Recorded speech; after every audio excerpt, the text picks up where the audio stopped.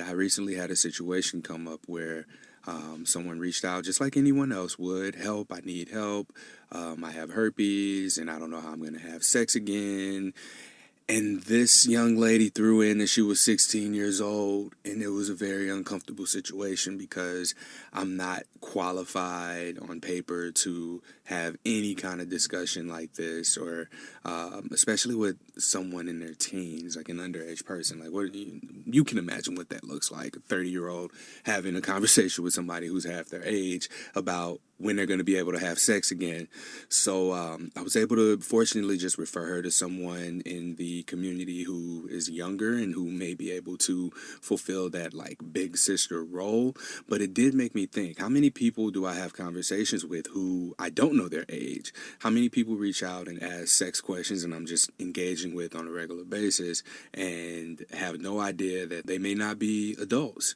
It really had me thinking, like, damn, this is a potential thing. So I really need to be more mindful of who I'm talking to, how I'm talking to people, because I very freely just give advice. When people reach out, I try to help however I can. So I talk to her as if that was my little sister from a big brother perspective, and really is just, here's someone who's better qualified to have this discussion with you. And I know that that's not the best way to go about this, but it was the best thing that I could think of at the time to protect myself and protect her, and just be able to bring her into a space where it may have been more comfortable for her to open up, and where someone could give her better guidance than I would have been able to give. And resources like this are, I really don't know where to find them. I mean, I have a few resources that I go to, one of which is Sex Positive Families. I think that that's a very great resource, and you can follow Melissa on Instagram. Just look up Sex Positive Families. And Waxo recently published a feature article on Dr. Kristen Bowman, who's a sex educator, and the piece that she recently wrote was on adolescent sexuality. So I'm glad to be a part of something that is inclusive to more resources like this, because it's something that I wish I would have had available to me when this young lady reached out. That's one of the many resources available at waxo.com. You can go there and check it out. I've recently written a piece that was inspired by Kellyanne, a recent guest on the podcast, Something Positive for Positive People, and she put together this whole slideshow about disclosure and how to make it happen. So what I did was just elaborated on that a little more and submitted it in the Waxo myself.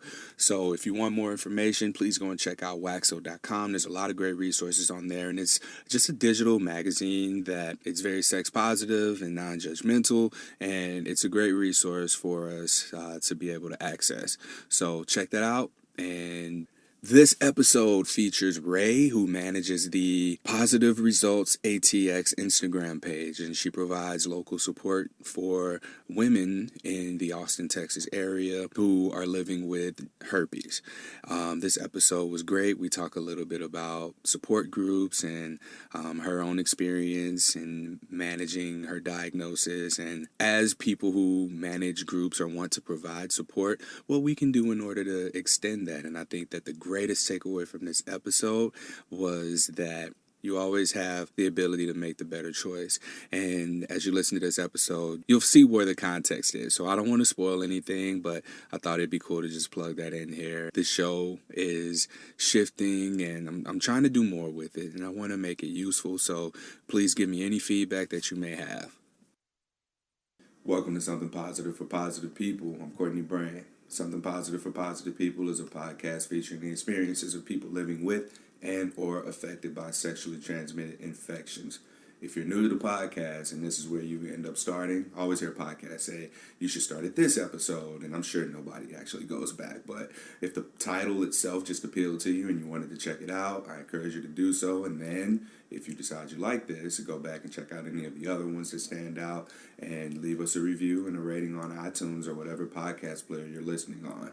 So today I am here with Ray, who manages the Instagram account Positive Results ATX, and then those are periods in between, right? Yes. All right, so positive.results.atx. There's no other dot? No, that's okay, it. Perfect. And Ray, what do you do with that? I've been following you for a while, and I see that you do a lot of very women empowering type thing. So tell us a little bit about that. Yeah, so I decided that when I first had HSV and I started telling people, it was very cool. I had a lot of support from my friends and family, but what I found was that nobody I was telling had HSV. So although they were very supportive, they couldn't understand where I had been. So I wanted to create a space for women that have been where I've stood. So I created a support group here in Austin called Positive Results. I wanted a little play on words, but also it's funny how it's made a full circle for me. I got a lot of positive results out of my HSV, so every time I see my handle and people ask if I'll ever change it or get rid of the ATX, or I probably won't. That was my question, because you primarily, well, you only serve the women who are in Austin, right? I try. That's what it started out as a support group, just to find local support. But as I started more and more on the Instagram thing, almost, I would say, a very small percentage of my followers are actually from ATX. Yeah, it's really hard to find people who are close to you and find people who are going to be willing to look up this information or find or know that they need to seek out any kind of support. But it's great that you're there for them. Do you have any challenges with finding people coming into the groups? 100%. I think that people are very apprehensive to sign up for things online or anything that requires you to have a profile picture or a username. A lot of the people in my support group have pseudonyms, the fake names they go by, no real pictures. I think they just are nervous to out themselves in a way that they're not ready to. So there's been months where nobody shows up. I sit there every month with open arms for anybody who wants to come. But it is, and I tell this to people who want to start a support group in their area, there's going to be times where nobody comes, but you still have to show up. Yeah, and even if one of those people show up, you feel like it was worth it, because Totally. that person who shows up really, really needs that. Yeah, and I almost prefer when one person shows up because we leave the library setting where I have the meetings and we go to dinner instead. Yeah. And then I end up having a really close relationship to the people who do come to the meetings. So I got what I needed out of the meetings. That's why I started it in the first place. I have a book club, a feminist book club, and we meet here once a month.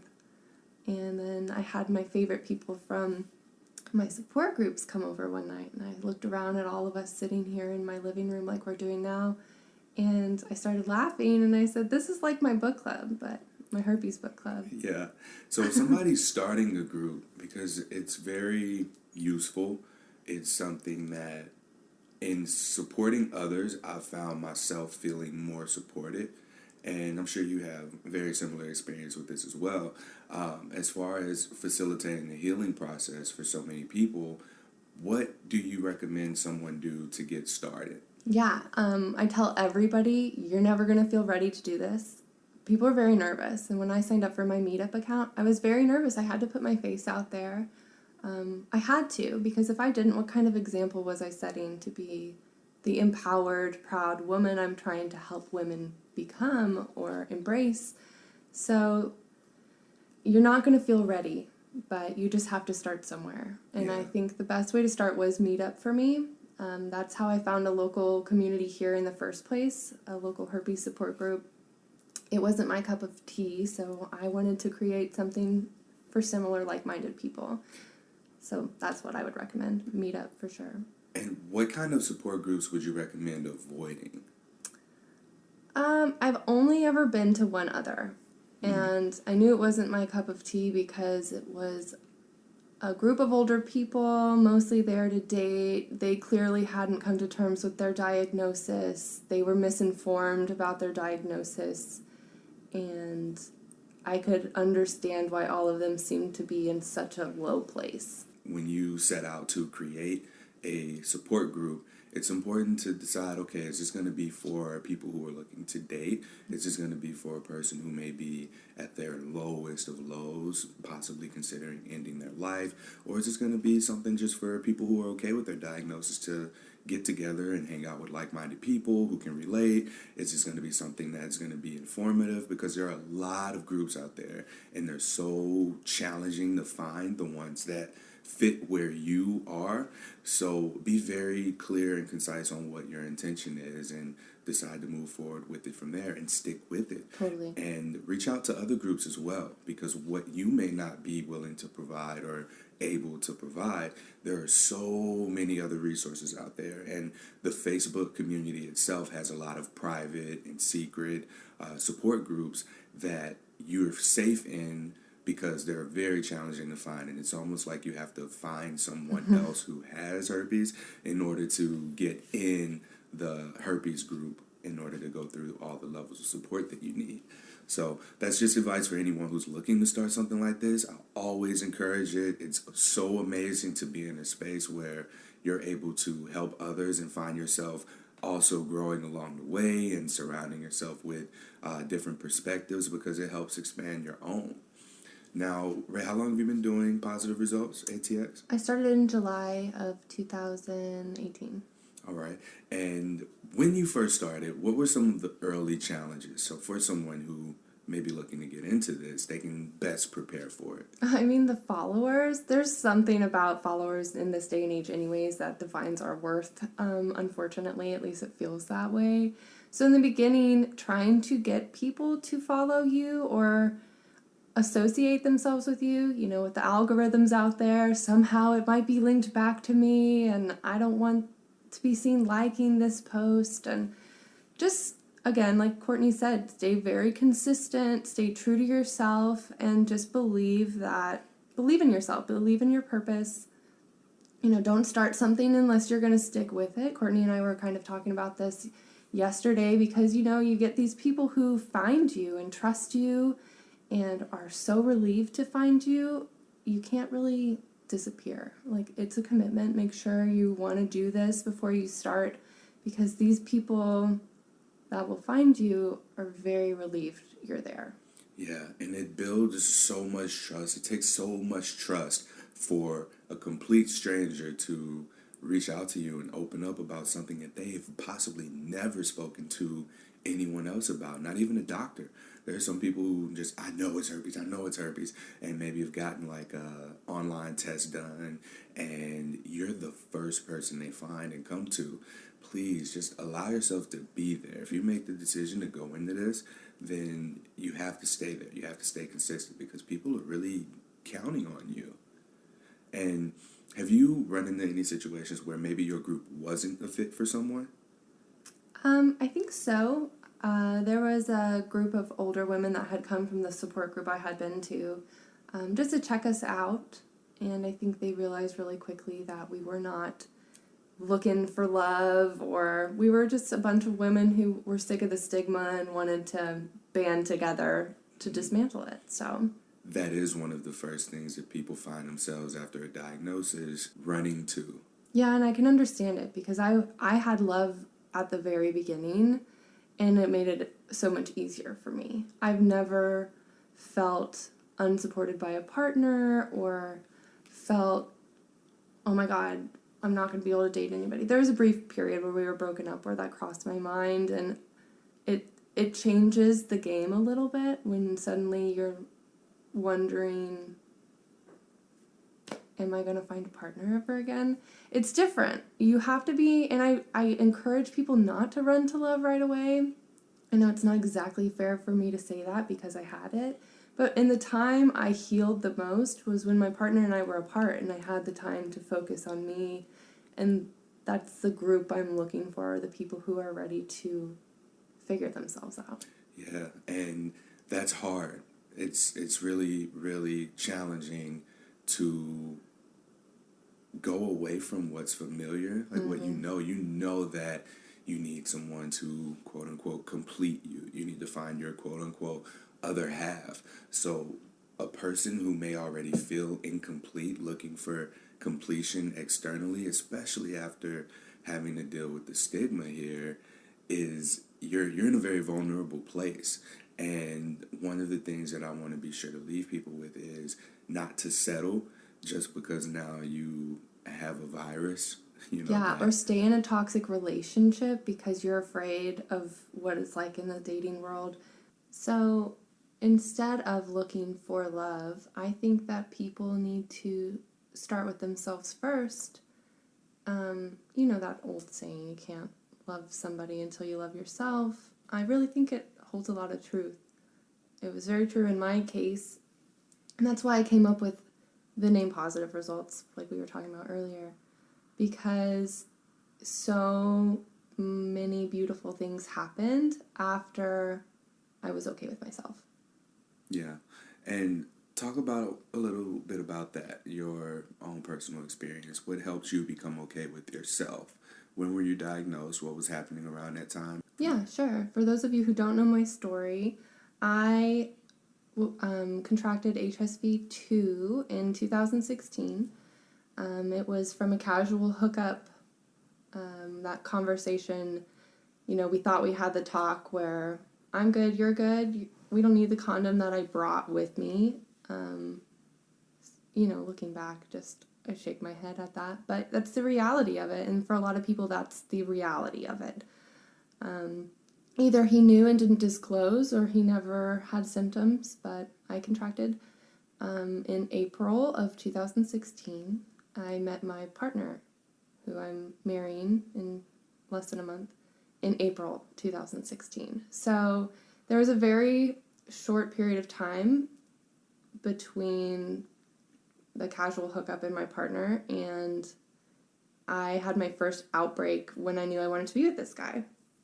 So I had to disclose right away. And I talked about this in a post recently, that I wasn't really a very honest, good person. Looking back then, I didn't think I was, malicious or anything like that. But I was an opportunist. I was young. I thought I was invincible. I was just having fun. And nobody was more important than me. And I think that's true now, too, but in a different way. Yeah, I was going to say, the way you said that, I mean, putting yourself as a priority is never a bad thing until you're putting yourself at priority at the expense of other people. Totally. I was very selfish then. So when I had to tell my partner that I thought I had HSV-2, it wasn't confirmed. It was my first outbreak, but I felt in my heart like I knew what it was. So I told him right away, because I couldn't not. And that's the thing about disclosure, is it's different for everybody in every situation. But I knew if there was even a chance that I had exposed him to HSV, I needed to give him a heads up. After I had told my partner, and he was extremely receiving and gracious, it was kind of a tick in the tally mark of a win for me right away, which was great. I don't think everybody can say that. And that was just the beginning. But, I stayed with him for a long time because it was nice. I loved him. I still love him. But it kind of hindered my healing process because I latched onto a buoy or a life vest of somebody who was willing to take me on at such a vulnerable moment that it was just like, whew, I don't really have to deal with this right now. So, a year and a half goes by and I never really dealt with it. And it was starting to surface in our love life and my personal life. And I had a lot of self-resentment. And we had to take some time apart because I needed to face it. And I locked myself away and I got down to the nitty-gritty of how I felt about the diagnosis, what was stopping me. And I think we've talked about this, just back and forth banter about healing processes, but I think I moved through the chakras, and I don't know if a lot of you are familiar with the chakra system. We have 7 chakras, starting with the root chakra, which is the base of our spine. If you're sitting on the ground, you're grounded. That's the root chakra, like a safety, your basic needs. And so I locked myself away and I gave myself that basic need of support. and was just really gracious with myself. And then I started to move up, and next was my sexuality. And not sexuality with a partner, sexuality with myself. I think we're all so afraid of our bodies after a herpes outbreak. It's like you lose all this trust for your body. You don't know what's going to happen, when it's going to happen, how bad it's going to be. We have this paranoia about it.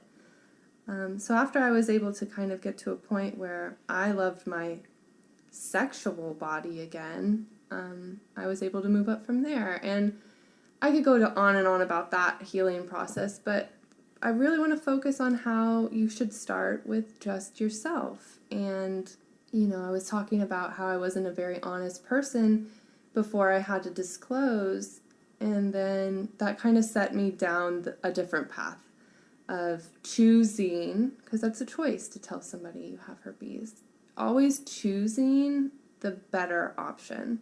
So if you're about to do something that you don't really know if you should be doing, whether you struggle with binge eating or compulsive stuff, you stop and ask yourself first, do I want to do this? I have a bad habit of biting my lips, even if I stop when I'm about to bite my lip and say, do I really want to do this? Most of the time when I stop and give myself a chance, I choose the better option. So once you start working with yourself and choosing these better options, choosing people who support me, choosing a path that I'm passionate about, choosing to come out of my own shadows and talk about this in a more public setting, it's just a domino effect of positive results. And we talked about this with the support group, about being there for people and speaking your truth, and how you said that once you started helping people, you started to help yourself more. Mm-hmm. So it's just a process of getting better. If you choose to, you can choose to have herpes really ruin your life, or you can say, okay, this is a challenge. I choose to overcome it. And then once you start breaking it down from there, you can really pick it apart and see that it's really not as bad as you thought.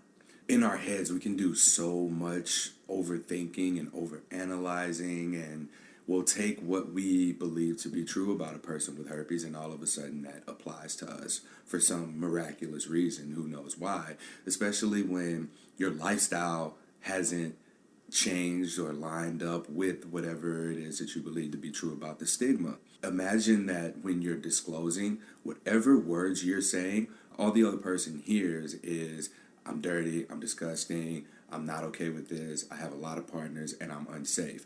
That's how a lot of people often present themselves when they immediately seek a partner after a herpes diagnosis, because that's just how you feel. You're so attached to what the stigma is that you don't take the time to redefine it for yourself and understand what your own experiences are. What your own experiences are is what you want to project to the other person, and present them with that, because you are actually safer with partners than you ever have been. So how does the stigma apply to you? You just showered. How does the stigma apply to you?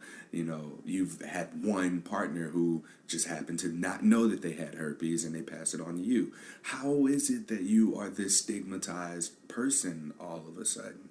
So you really got to be able to just challenge that and present yourself in a way that is like, okay, I do have herpes. Here's what it means for me. But the only way that you can do that is if you define what that means for yourself. That requires, what we talked about earlier was you being selfish. So you want to speak a little bit about that. Like, how is it that you were able to transform from your selfishness in one way to selfish in the other? Well, I did a lot of self-care. Going back to learning your diagnosis and your particular virus, the worst part of it for almost everybody is going to be stress. You need to find your stressors, and you need to eliminate or minimize these stressors. So another way to get to know yourself, is it work? Like, how can you make work better? Is it a relationship? Is that a relationship you need to leave? Is it your autoimmune disorder? How do you get a better handle on that? Is it your menstrual period? Well, why are your menstrual periods triggering outbreaks? So everybody's so different. You really have to do some investigating and some trial and error. And yeah, you might mess up and you might have an outbreak, but you learn from that, right? Like, oh, I can't shave anymore because every time I shave, I'm having an outbreak. Well, you should probably stop shaving and see or explore something else. That's your body's way of saying, I don't like this. And you have to listen and not mask it. You know, that's one of the things that is nice about Valtrex. And I have a friend in my community who's been on Valtrex for years and years and years. And she's going through a really tough time in her life. And she's curious about coming off of Valtrex. And I said, this might not be the best time to do that. So, you know, what works for you doesn't work for everybody. So you have to really investigate that. Yeah. And so in taking this time to investigate, you talked about self-care and what some of your practices may be. Do you have recommendations for people to get more accustomed to connecting to themselves? Sure. Like outside of what worked for you? Like what do you know that works for other people? Well, stress is going to be a big part of it. So what minimalizes your stress? You probably like to work out. I like to go to yoga. I like to meditate. I like to be in nature. I like to eat really, really clean. I like to do cleanses. But, I mean, you got to go back to the basics, like the root chakra. What are your basic needs? Are you sleeping enough? Are you eating well? Are you stressed? Are you safe? Well, what if my basic needs are caring for a partner, feeling secure in a relationship? You know, to the same note, you're not trying to have these people rush into a relationship. I can really understand how people might not want to be alone, because it is scary to face the reality of things. Sometimes when you've been not yourself for a really long time, it's hard to look that person in the face in the mirror and say, let's get to know each other. So my best advice is what I did. Reach out to your friends. Practice disclosing to people who love you.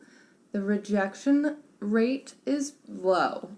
From everybody I talk to, I mean, granted, I can't, that's not a rule. You might face some rejection, but it's unlikely. If these people truly love you, family, friends, you start with them, and it's another tally on that positive results sheet, you know? Like, oh, look at all these people standing behind me. It's not so scary moving forward facing a rejection when I've got all this support already. Yeah. And to anyone who may feel like they can't be supported by the people they're around, ask yourself why, what kind of friend are they? What do you get out of that friendship to where you are in a space where you need a friend right now, and the people you call your friend, you don't feel comfortable utilizing them as a friend? Ask yourself these questions. Question everything. Do you ever feel like you got herpes for a reason? Yes. Me too. And 7 years ago, I never imagined that we'd be having this conversation, that a lot of my life would be revolved around herpes. Right? No idea. I call myself the herpes queen as a joke to my friends. I used to feel uncomfortable wearing that crown, but now I like that crown. Yeah. And how's being open about it? Man, I laugh at how accurate my Instagram handle is, positive results, because disclosing is so magical, because when you tell somebody, almost every time they turn around and tell you something that they've been dying to share or that they need support in. And, you know, opening up a community of people who have been there has changed it for me. I feel better about it. Disclosing to people gets easier every day. It basically falls out of my mouth. People aren't even asking now, and I'm just like, hey, guess what? And I don't know. I can't say enough good things about it, and people look at me like I'm crazy, but I've just gotten to that point where herpes led me to love. All the cream has risen to the top as far as my friends and relationships. The people that don't matter have fallen to the wayside. I'm more in tune with my body and my sexuality than ever. I understand it for the most part with as much research as I've done, trying to answer questions for people, trying to send them down the right way, connecting with people in the community like you. Like, how wild that you're sitting here in my living room after talking at South by Southwest for herpes. I mean, it's wild that this is our reality. It is. And all the amazing people that I've met, and I don't know about you, I'm sure you've met some pretty amazing people as well, but I've found myself in a new space of just being inspired. Having had herpes has extended me into realms of reality that I never would have seen myself in. You know, we've talked to sex workers, I've talked to polyamorous people, I've talked to people in the LGBT community, and just branches of people and connections that I now have, and an expansion of just knowledge and perspective that never were real to me. These experiences that have come after the positive herpes diagnosis have just been miraculous.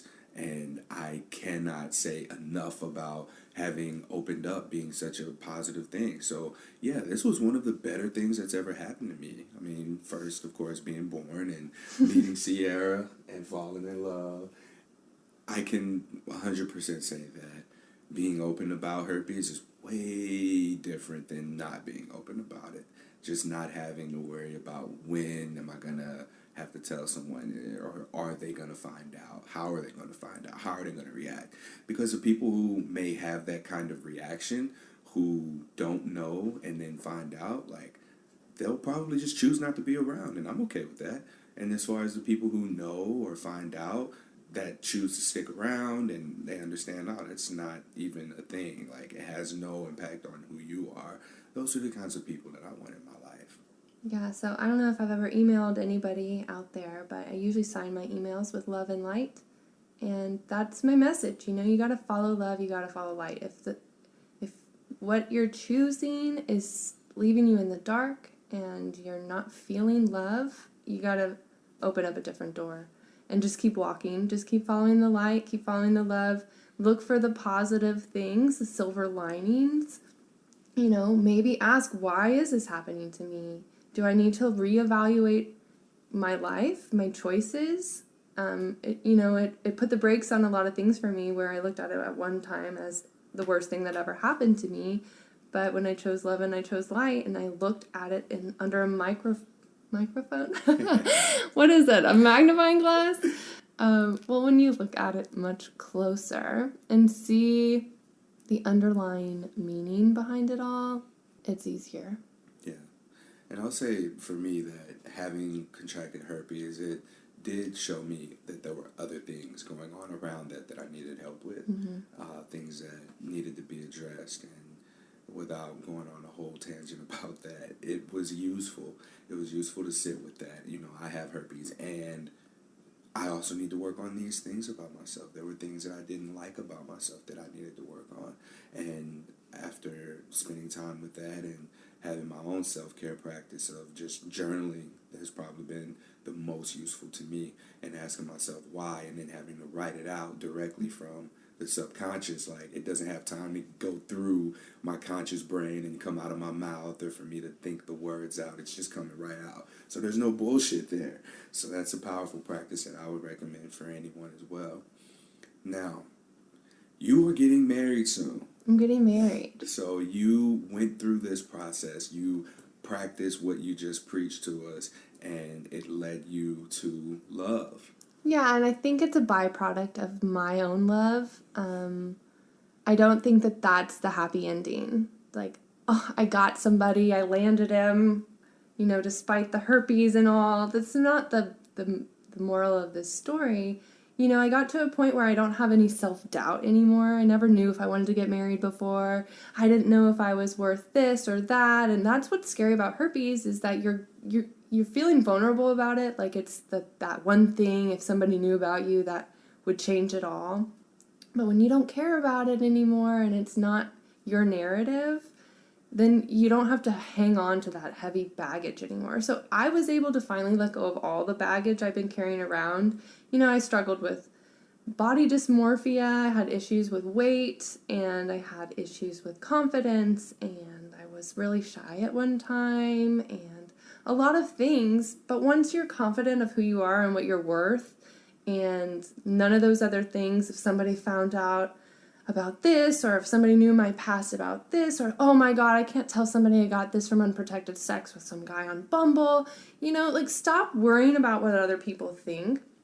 I had to even face that within our wedding planning. Oh god, I have to invite this person, or what are people going to think about our Thursday morning ceremony? No, you guys, just stop fucking giving a shit. Sorry, that was explicit. Just stop caring so much about what people think about you, because if you think really highly of yourself, nothing else is ever going to matter. Have the highest of standards and lowest of expectations. And when you can live in that space, it's a lot more powerful to be in, because the standards are internal and they protect you from other people's expectations. They protect you from hidden expectations that you may have on other people, and just holding yourself to a high standard is going to warrant people coming in who are going to meet those standards, and they may surprise you with the unexpected things. So for me, anything extra is a surprise. Practice that. Practice sitting with yourself and creating these standards for yourself, and don't settle for anything less than that. Herpes can in fact be a positive experience, and I say that with all the pun intended, and Ray and myself, we're sitting here living proof of that. You have any last things that you want to leave us with, and then let people know where you'd like for them to find you? Yeah, I just want you to try to find the silver lining. That we get one chance to live a beautiful life, and we don't want to spend it wasting years wishing we were that person before diagnosis, because this is an opportunity to change your story. So write a good one. And if you want to get in touch with me, please, I love private messages. You can hit me up on my Instagram, or there's an option to email me there. I have online meetings every month. They're free. You can sign up through the newsletter. There's a link in my profile on Instagram, and we meet every month. You can come anonymously. You can be on video, audio. You can call from the phone, whatever you want. You can just listen in or be really active in the conversation. But join us, meet somebody. I've connected some really cool chicks in their areas. One meeting, they all realized they lived in Washington, D.C., and so now they hang. So maybe you'll find some local support too, but there's always support. Reach out. Happy to send you in the right direction. Thank you, Ray. Thank you. This concludes this episode of Something Positive for Positive People. I'm on Instagram, Twitter, Tumblr, and Reddit at H on my chest. If you want to connect, you can just shoot me a message there, follow me, add me, and if you're uncomfortable with having that association directly with the STD podcast, then follow the hashtag Something Positive for Positive People and hashtag SPFPP, which is something positive for positive people, just in the hashtag. So you can connect there. You can connect with Ray on Instagram at positive.results.atx. Till next time, stay positive.